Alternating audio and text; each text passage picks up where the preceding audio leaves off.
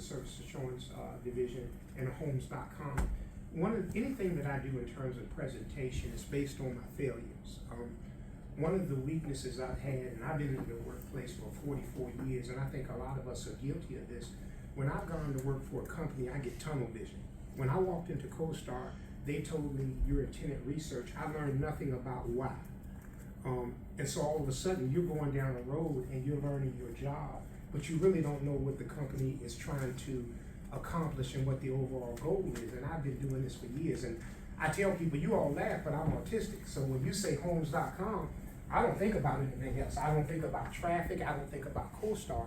But it has cost me my whole career, because when you go on interviews, they really want to know not just what you know about your job, but what you know about the company that you're doing the job for. One of my greatest weaknesses in 45 years. My presentation today is driving traffic through branding presence. Next slide. What is branding in the business market? It's the process of creating a unique name and image and establishing a significant and differentiated presence. Next slide. Now, I can't verify that all of these are correct anymore. I dug and I tried to find, but overall, I think anyone that's worked for the company for a while, they realize that we have several brands that people recognize. In particular, Costar, Apartments.com, LoopNet, and Homes.com is on the rise. Next slide. Branding is evolution. It's funny, branding has been around all the time. From the first time a farmer had 15 cows, he branded them. He wanted people to know they were his cows. When you think about Sears, J.C. Penney's, these companies have been around for years, and the reason they survived is because they had a brand evolution. I watched a documentary about A&P. Do you all know what grocery brand that is, or are you too young? A&P, I'm a man. Yeah, A&P, they started out in the late 1800s, and they built one of the greatest grocery stores ever. But then as they got into this millennium, they couldn't compete. And so brand evolution is nothing that's new. It's been around forever. We brand ourselves. I like people knowing who I am. I brand Tony Mack. I tell people I'm the greatest senior citizen in this company. I brand myself every day. And when we look at how branding has evolved, it started, like I said, years ago. A person started a business, and you want people to know your name. I want them to know who I am. I have a business outside of here. It's called Grab and Go. Me and my sons run a small company, but everybody in Short Pump knows who Grab and Go is.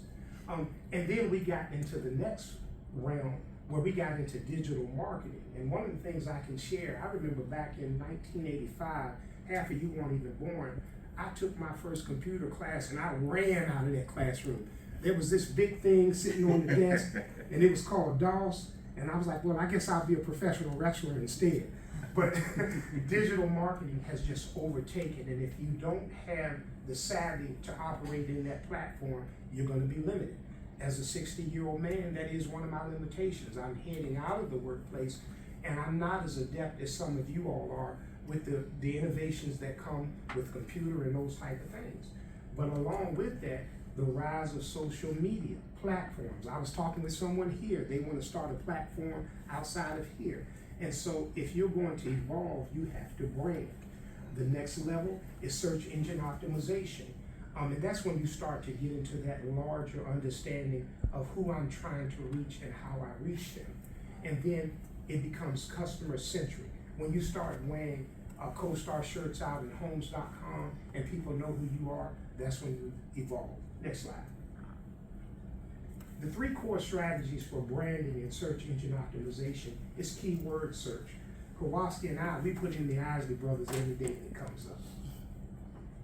Isn't that right? No. No.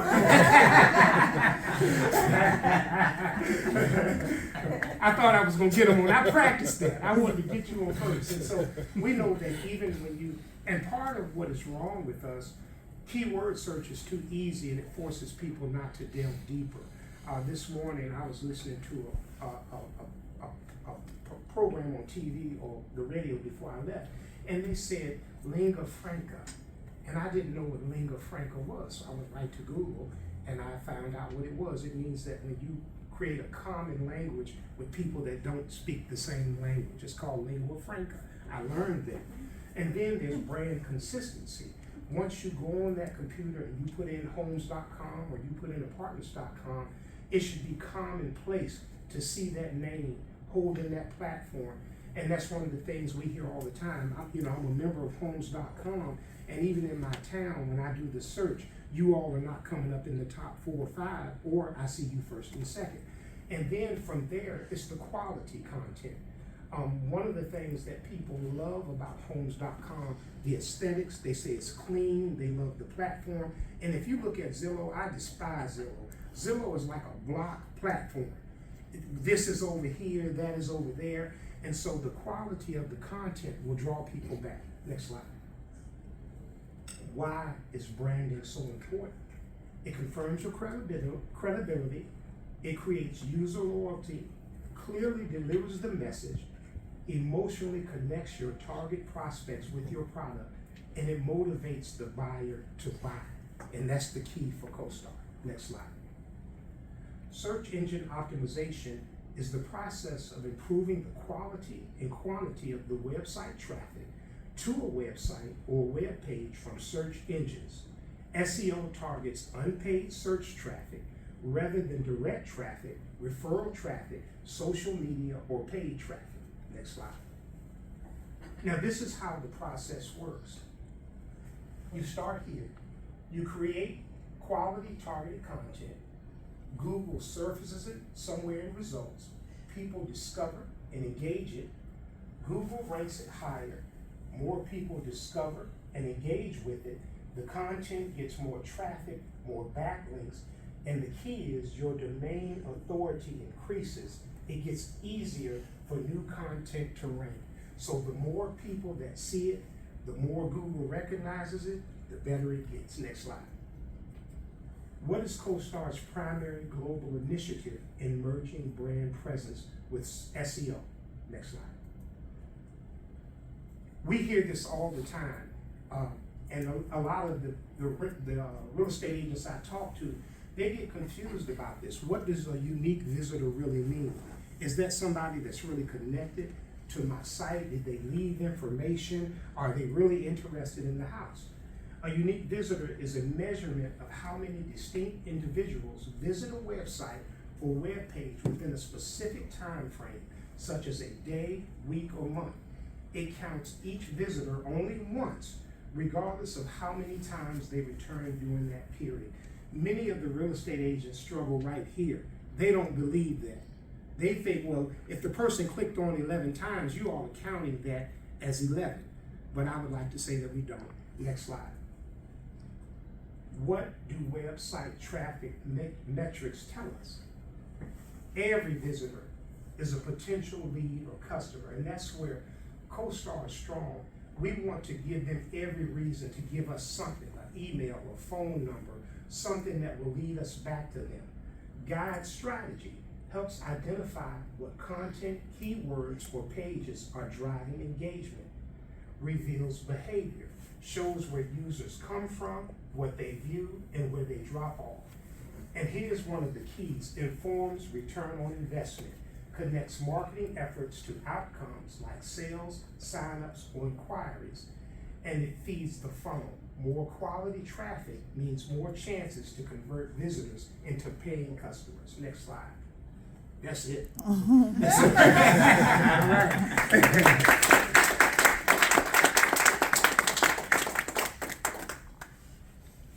All right, so guys, what feedback do we have from Mr. Knapp? Derek? I just like how energetic you were with explaining everything. Your enthusiasm was just had me drawn in, so I appreciated that. Trace? I think you were very thorough on your topic, and your points were very concise, and it related to the brand, it related to the company as a whole. And you did a really good job. I love the presentation and the layout. I could have preached it. Mr. Copeland? I'll just say for someone that said they ran out of their first computer class, I mean, the presentation looked really well done and Yeah. very, clear. I've got young kids at home. He knew. I I like that you relate every single like topic or point you made back to like an example that you have experienced in your life, and I felt like that was really relatable.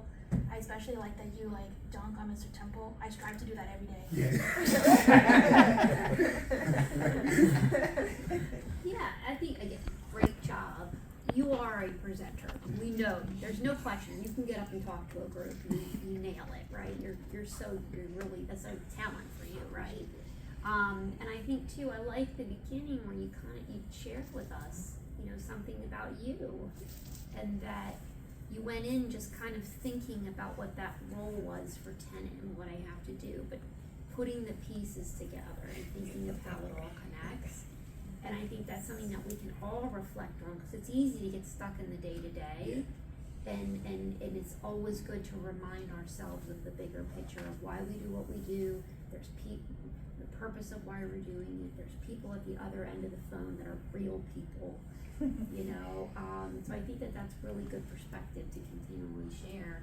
And then also just doing a good refresher for all of us on what these terms mean, because we hear unique visitors, we hear SEO, from our customers, and we hear from Andy when we listen to earnings calls, or if you read articles on Synergy too, like you see these buzzwords, but knowing what it actually means is important. So that was really helpful.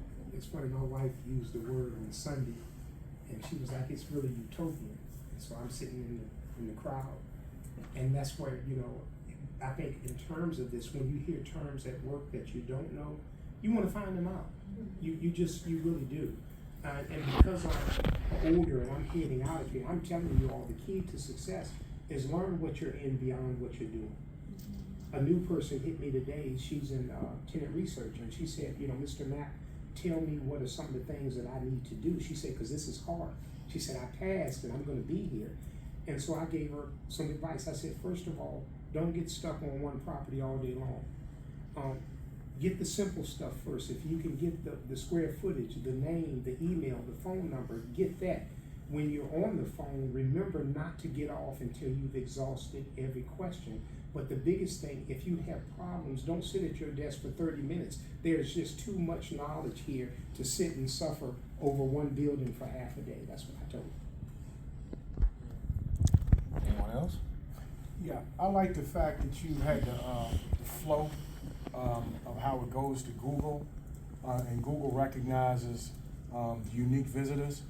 And I think when I was in apartments.com, that's called retargeting. So you guys, just some more information. If you ever see, like, if you look at a car or a stereo system or anything, you notice how when you open up another browser, that car or video projector, whatever, follows you. That's called retargeting, and that's relating to Mr. Mapp's picture of how Google recognizes what you're doing through the AI. So if you're looking for something and you happen to open a new browser, then remember what you were shopping for. Thank you, Mr. Mapp, for that. I just wanted to give